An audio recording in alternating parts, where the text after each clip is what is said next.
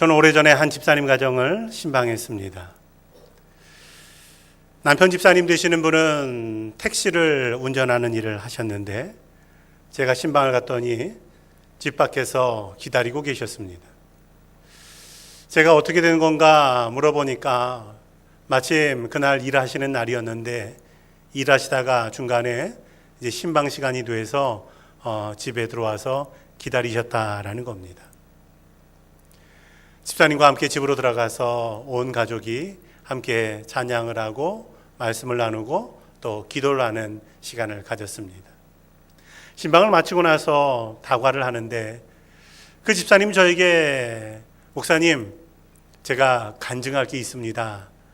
그러시더니 그 집사님의 간증을 들려주었습니다. 오랫동안 운전하는 일을 하다 보니까 크고 작은 사고가 여러 번 있었고 그 가운데 한 번은 사고가 크게 나서 다리를 다치는 일이 있었다라는 겁니다. 병원에서 입원해서 수술도 받았고 이제 병원에서는 다 치료가 끝났다고 하는데 이 집사님에게는 통증이라고 하는 것이 남게 됐습니다. 통증이라고 하는 것이 원인을 알 수 없을 때가 있고 또 이 통증을 어떻게 제거할 수 있는 방법이 없을 때가 참 많이 있습니다. 집사님은 이 통증을 안고 계속 운전하는 일을 하셨습니다. 그런데 어느 날 마침 한 승객을 태웠는데 교회 가까이 내리게 됐다라는 겁니다. 마음에 드는 생각이 마침 수요일인데 오늘 수요일에 늦게라도 가야 되겠다 생각해서 차를 주차장에다가 주차하고 예배실로 들어왔다라는 겁니다. 예배실에 들어왔는데 벌써 목사님이 말씀을 전하고 계셨고 둘째 이렇게 말씀을 하시더라는 겁니다. 늦었지만 사모하는 마음 가지고 예배를 드리는데 신비한 일이 자신에게 일어났다라는 겁니다. 갑자기 몸이 뜨거워지더라는 겁니다. 순간 누가 아직 겨울도 아닌데 히터를 틀었나 라는 생각이 들어서 주변을 둘러봤는데 그런 게 아니더라는 겁니다. 몸에서 땀이 나기 시작하더니 그리고 눈물도 쏟아지더라는 것입니다. 예배가 끝나고도 한참 그 자리에 앉아서 땀을 뻘뻘 흘리면서 기도의 시간을 갖게 되었다라는 겁니다. 그리고 교회 계단을 이제 걸어 나오는데 다리가 전혀 아프지 않더라는 겁니다. 당시에는 그것을 몰랐습니다. 며칠 후에 문득 드는 생각이 갑자기 왜 내 다리가 아프지 않지? 라는 생각이 들더라는 겁니다. 그리고 생각해 보니까 그날 수요예배 참석해서 온몸이 뜨거워진 이후로 다리의 통증이 깨끗이 사라졌더라는 것입니다. 그 간증을 하면서 그 집사님은 저에게 목사님 몇 년 지났는데 지금도 다리에 통증이 없습니다 라고 말해 주었습니다. 이 집사님은 성령 체험을 통해서 치유의 은혜를 경험하게 된 것입니다. 오늘 우리가 읽은 말씀은 제자들이 첫 번째로 성령을 체험한 내용입니다. 호련히 하늘로부터 급하고 강한 바람 같은 소리가 있고 마치 불의 여처럼 갈라지는 것들이 보이고 다른 언어들로 말하기를 시작했다라는 것입니다. 하나의 성령이었지만 제자들의 체험은 각각 달랐습니다. 어떤 사람은 바람을 느꼈고 또 어떤 사람은 불을 보았습니다. 또 어떤 사람은 배우지 않은 다른 언어로 말을 하기 시작했다라는 것입니다. 이성으로는 이해할 수 없는 또 말로도 설명할 수 없는 그런 신비한 사건이 그들의 삶에 일어나게 되었다라는 것입니다. 성령 체험에 대해서 사도 베드로는 사도행전 2장 17절에서 이렇게 말씀을 전합니다. 내가 내 영을 모든 육체에 부어주리니 너희의 자녀들은 예언할 것이고 너희의 젊은이들은 환상을 보고 너희의 늙은이들은 꿈을 꾸리라 라는 것입니다. 이처럼 성령의 은혜가 우리에게 임하게 될 때 어떤 때는 바람 같은 소리가 들리고 어떤 때는 불의 혀같이 갈라지는 것이 보이고 방언의 은사가 있기도 합니다. 어떤 때는 환상을 보고 어떤 때는 예언을 하며 어떤 때는 꿈을 꾸는 은혜가 있다라는 것입니다. 그런데 이게 전부 다가 아닙니다. 어떤 사람은 눈에 보이는 것도 없고 귀에 들리는 것도 없는데도 불구하고 마음이 뜨거워지고 성령을 체험하기도 한다라는 것입니다. 감리교 운동을 시작했던 웨슬리 목사님이 그랬습니다. 어느 날 한 기도 모임에 참여했는데 자신의 마음속이 뜨거워지는 걸 경험했습니다. 웨슬리 목사님의 일기를 보면 이상하게 마음이 뜨거워졌다라는 것입니다. 외적인 변화가 아니라 내적인 변화를 통해서 성령의 은혜를 경험하고 감리교 운동을 시작하게 되었다라는 것입니다. 이처럼 기독교 신앙이라고 하는 것은 어떤 철학 사상이 아닙니다. 기독교는 이론도 아닙니다. 기독교의 본질이라고 하는 것은 살아계신 하나님을 내 삶에서 만나는 것, 그리고 성령을 체험하는 것이다 라고 말할 수 있는 것입니다. 그런데 우리가 기억할 것은 성령을 체험하게 될 때 여러 가지 은사가 나타나기도 하고 신비한 체험을 하기도 하지만, 그러나 중요한 건 우리는 성령 자체에 더 주목해야 된다고 하는 사실입니다. 바람이 불면 갈대가 흔들리는 것을 보게 됩니다. 그때 우리는 갈대를 보는 게 아니라 그때 바람의 존재를 봐야 된다는 것입니다. 우리가 때로는 사람에게 선물을 받을 때가 있습니다. 그때 성숙한 사람은 선물이 뭐냐라고 하는 것보다 선물을 준 사람에게 집중한다라고 하는 것입니다. 마찬가지로 성령의 여러 가지 은혜가 있고 은사가 있지만, 그러나 이 일을 통해서 성령께서 나와 함께 하시는구나, 성령께서 내 삶을 이끄시고 계시는구나, 성령께서 내 삶의 주인이 되시는구나 라는 것을 깨닫게 될 때, 그것이 바로 우리에게 성령을 주시는 예수님의 진정한 의도다라고 말할 수 있는 것입니다. 그래서 오늘 우리가 읽은 4절 말씀을 보면 이런 일들을 통해서 다 성령의 충만함을 받았다라는 것입니다. 예수님께서 약속하신 성령은 오늘 우리와 함께 하십니다. 그리고 그 성령은 부족함 없는 은혜를 우리에게 주십니다. 어떤 사람이 이런 성령의 은혜를 누릴 수 있습니까? 오늘 말씀을 중심으로 몇 가지로 함께 은혜를 나누고자 합니다. 첫 번째로는 말씀을 순종하며 기다리는 사람이 은혜를 누린다라는 것입니다. 오늘 우리가 읽은 말씀은 오순절 날이 이미 이르매라고 시작합니다. 오순절이라고 하는 말의 의미는 50일째 되는 날이라는 뜻입니다. 언제로부터 50일을 말합니까? 6월절로부터 50일째 되는 날이 오순절입니다. 이 말씀이 기록될 당시 6월절에는 어떤 사건이 있었습니까? 예수님께서 예루살렘에 올라가셔서 고난당하시고 그리고 십자가에서 죽으시는 일이 6월절에 있었다라는 것입니다. 그리고 예수님께서 6월절에 어린 양으로 십자가에 달려 죽으신 이후에 50일 동안 있었던 일은, 죽은 지 사흘 만에 예수님께서 부활하셨고 제자들에게 나타나셔서 제자들과 40일 동안 함께 계셨고, 그리고 수많은 제자들이 바라보는 가운데 하늘로 승천하셨다라는 사실입니다. 이런 50일 동안 엄청난 일이 일어났습니다. 그런데 이런 일들이 일어나고 나서 제자들은 여전히 예루살렘에 머물러 있었습니다. 왜 그럴까요? 사도행전 1장 4절을 보면 예수님께서 이렇게 말씀하십니다. 그들에게 분부하여 이르시되 예루살렘을 떠나지 말고 내게서 들은 바 아버지께서 약속하신 것을 기다리라 라는 것입니다. 예수님의 부활 승천을 경험하고 갈릴리로 돌아가지 말고 내가 너희에게 약속한 것을 기다리라 라는 것입니다. 이 말씀은 예수님께서 처음 하신 말씀이 아니라 누가복음 24장 49절에서 주셨던 말씀입니다. 내가 내 아버지께서 약속하신 것을 너희에게 보내리니 너희는 위로부터 능력으로 입혀질 때까지 이 성에 머물라 라는 것입니다. 예수님께서 승천하실 때 제자들에게 주신 말씀은 이 성에서 머물고 기다리라는 것이었습니다. 누가 성령 충만의 은혜를 받았습니까? 주님이 주신 말씀을 붙잡고 그 말씀 따라서 기다렸던 사람, 그 말씀에 순종했던 사람이 성령 충만의 은혜를 입었다라는 것입니다. 우리가 믿음의 길을 걸어갈 때 성령 충만해지는 은혜라고 하는 것, 그것은 오늘 제자들이 경험한 것처럼 주님의 말씀을 붙잡고 그리고 주님 말씀 따라 행하며 기다리며 나아갈 때 우리에게 주시는 선물이다라고 하는 사실입니다. 히말라야의 고산을 등반하는 등반가들은 이제 마지막 정상을 정복할 때 밤 12시에 정상 정복을 위해서 출발한다고 합니다. 밤 12시라고 하면 사람은 자야 되는 시간입니다. 그 시간에 사람의 몸은 이제 가장 연약해져 있고 기능도 떨어질 때입니다.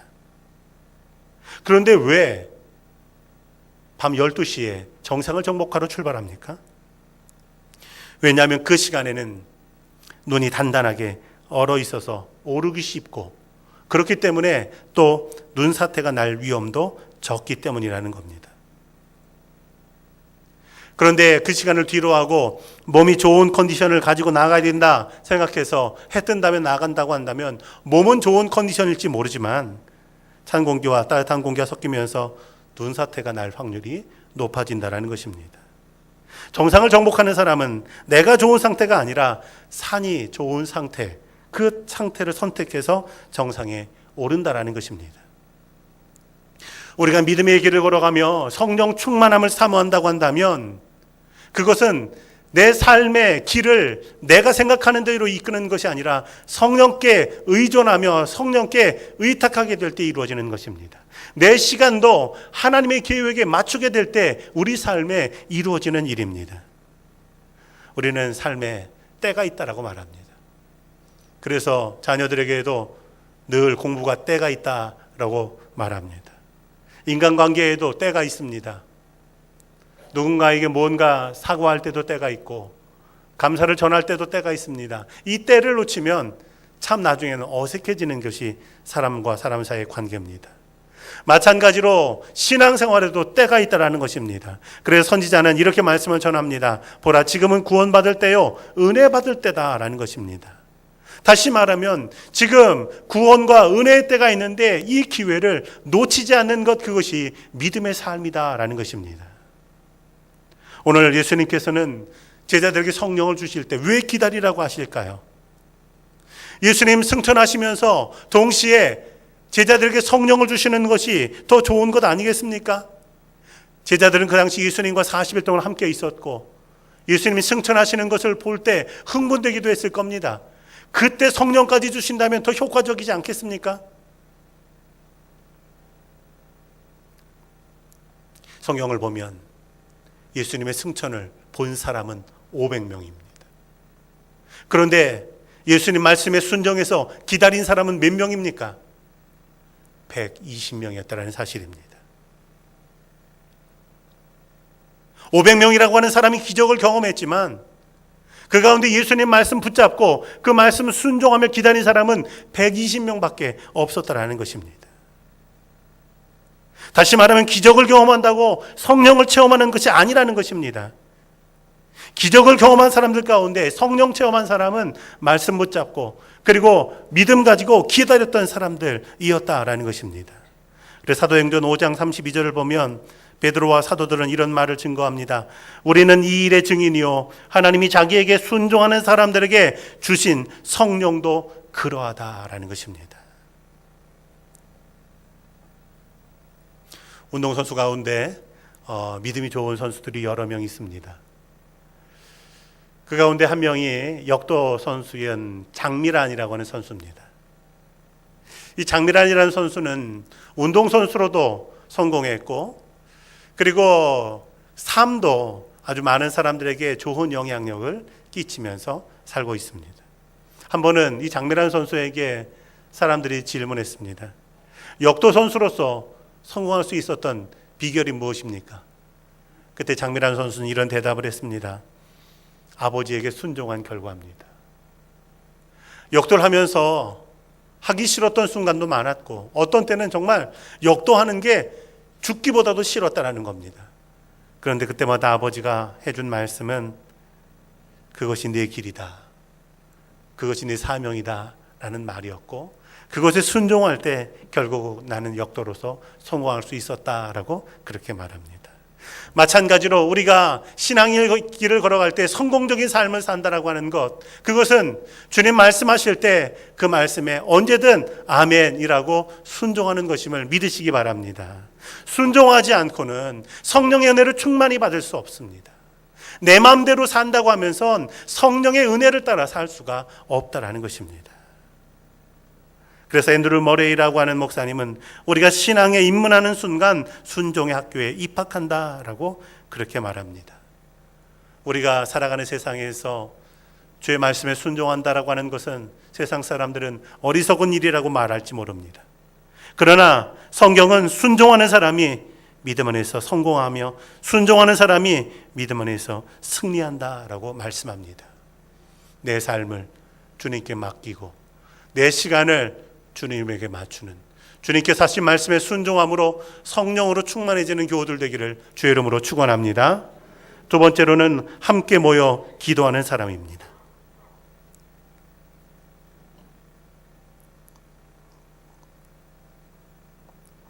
예수님께서 승천하실 때 예루살렘 근처에 감람원이라고 하는 산이 있었습니다.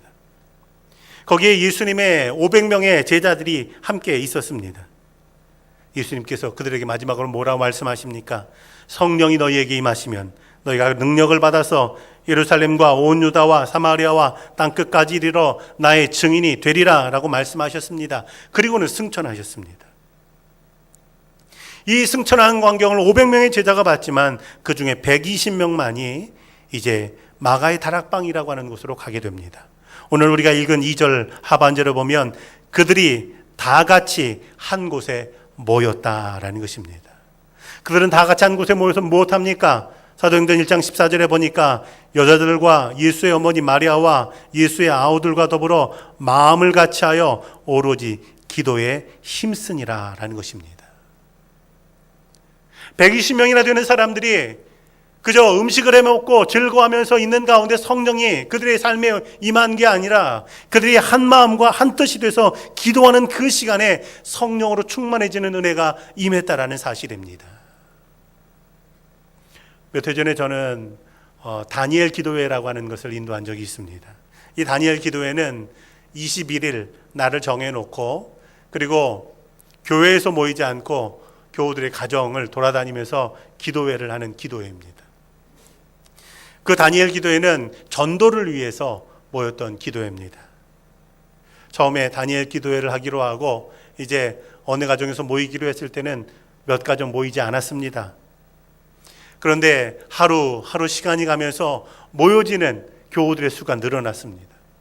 그리고 마지막 21일째 되는 날에는 그 모인 가정에 교우들이 들어올 수 없을 만큼 방방이 다 꽉 찰 만큼 많은 교우들이 모여서 함께 예배하며 전도를 위해서 기도했습니다. 저는 그 기도를 인도하면서 함께 모여 기도하는 그 시간이 얼마나 성령으로 뜨거웠는지 모릅니다. 성령의 역사라고 하는 것, 그것은 우리가 혼자서 예배하고 혼자서 기도하는 것보다 함께 모여 기도하고 함께 모여 예배할 때 우리의 믿음과 우리의 삶 가운데 놀랍게 임한다라고 하는 사실을 성경은 말씀하고 있는 것입니다. 120명의 이 제자들이 모여서 어떤 기도할까요? 성령이여 우리에게 성령으로 충만하셔서 성령의 세례를 베풀어 주옵소서. 성령의 능력으로 복음의 증인이 되게 하옵소서. 성령의 능력으로 인생을 살아갈 힘을 얻고 고난을 이길 수 있는 능력을 얻고 그리고 맡긴 사명을 감당할 수 있는 힘을 주옵소서라고 기도했을 것입니다. 그리고 이 성령 충만의 은혜가 제자들에게 임하게 될 때 그들은 그 능력을 힘입어서 그대로 살 수 있게 됩니다. 핍박이 찾아와도 복음을 전구하며 어떤 어려움이 찾아와도 믿음 떠나지 않고 믿음으로 그 어려움을 이겨내며 살게 되었다는 것입니다. 마찬가지로 우리가 함께 모여 함께 기도하게 될 때 성령의 은혜는 우리에게 충만하게 임할 뿐만 아니라 그 은혜를 통해서 우리가 믿음대로 살 수 있고 그리고 세상에서 승리하며 살 수 있는 힘과 능력을 얻게 되는 것을 믿으시기 바랍니다. 우리가 기도한다라는 것은 보이지 않는 것을 놓고 기도하는 것입니다. 우리가 기도한다라는 것은 아직 손에 잡지 못한 것을 놓고 기도하는 것입니다. 그러나 기도한다고 하는 그런 그 삶 자체는 보이지 않고 잡혀 있지 않지만 그러나 믿음으로 그것을 바라보며 나아가는 것이고 결국은 그것을 삶에서 누리며 살게 되는 줄로 믿습니다. 우리가 기도하는 가운데 성령께서 충만하게 역사하시면 우리가 세운 목표와 우리가 가지고 있는 믿음 안에서의 소망이 주의 뜻 안에서 이루어지는 것을 기억하시길 주의 이름으로 축원합니다. 마지막으로는 변화를 사모하는 사람들입니다. 성령이 임하자 세 가지 현상이 나타났습니다. 먼저 소리가 들립니다. 하늘로부터 급하고 강한 바람 같은 소리입니다. 다음에는 무엇인가 눈에 보입니다. 불의 혀처럼 갈라지는 것입니다. 마지막으로 이상한 말들이 들립니다. 다른 언어로 사람들이 말하기를 시작했다라는 것입니다. 바람은 아닌데 바람 소리 같은 것이 들리고 불은 아닌데 불의 혀처럼 갈라지는 것이 보입니다. 그리고 자신들의 말이 아닌데 그리고 새로운 말들을 하게 됩니다.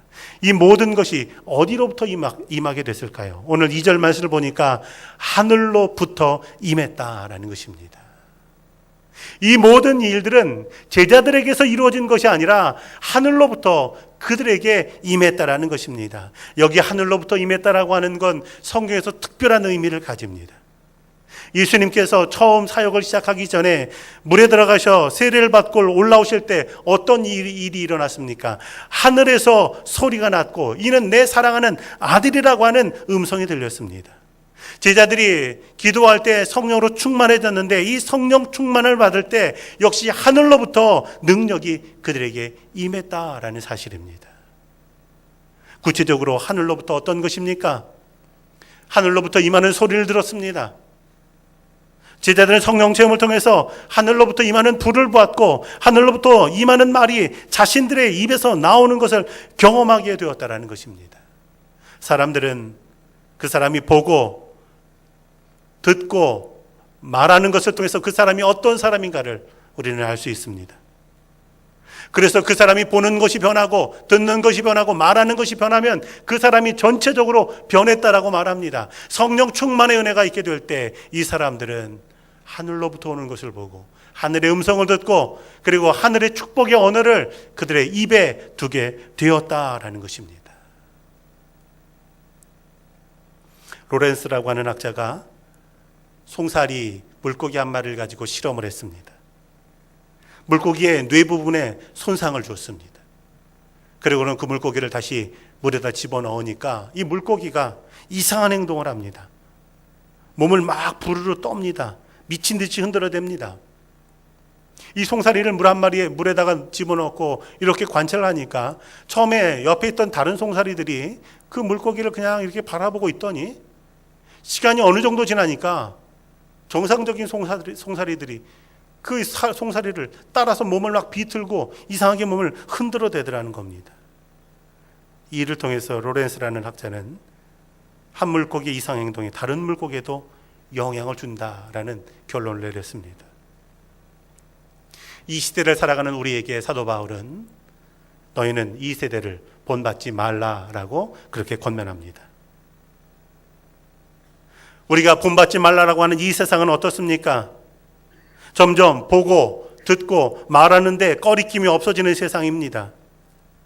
그러나 이 세대를 본받지 말라고 하는 것은 그리스도인은 이 세상 가운데 하나님의 역사를 보고 세상의 소리 가운데 주의 음성을 분별하며 하나님의 말씀 가지고 사람들을 축복하며 치유하는 삶을 살라라는 것입니다.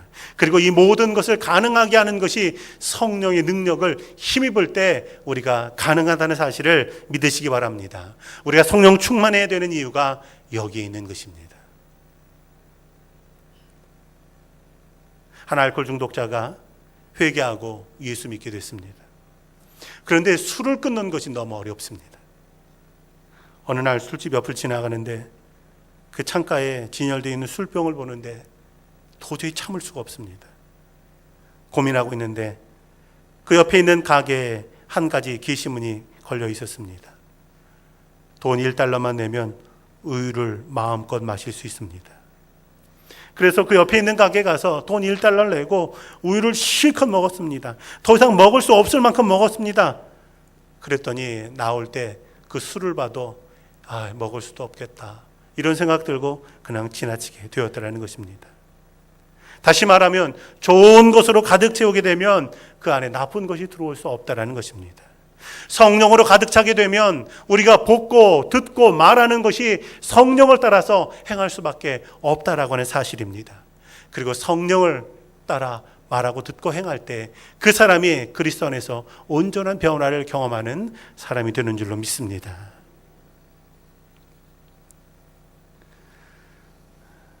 다메섹으로 가는 길에서 사도 바울은 성령을 경험하고 그리고 예수님의 사도가 될 뿐만 아니라 유럽을 변화시키는 그런 위대한 전도자가 됐습니다. 영국의 웨슬리 목사님 한 분은 한 집회에 참여해서 성령의 은혜를 경험하고 영국 사회를 변화시키고 유혈혁명 없이 봉건사회에서 근대사회로 영국이 변화되도록 이끌었습니다. 120년 전 아펜젤러 선교사가 성령으로 충만해지게 될 때 이 땅에 복음이 증거되고 오늘날 우리가 감리교인으로서 신앙생활하게 된 것입니다. 성령으로 충만해지게 될 때 나 하나의 변화가 가정의 변화를, 직장과 또 사업장에 이 사회의 변화를 일으키는 능력이 되어지는 줄 믿습니다. 성령의 능력 안에서 꿈을 세우고 성령의 능력 안에서 삶을 변화시키며 죄를 이기고 하나님의 권세 가지고 이 세상을 살아가는 교우들 되기를 주의 이름으로 축원합니다.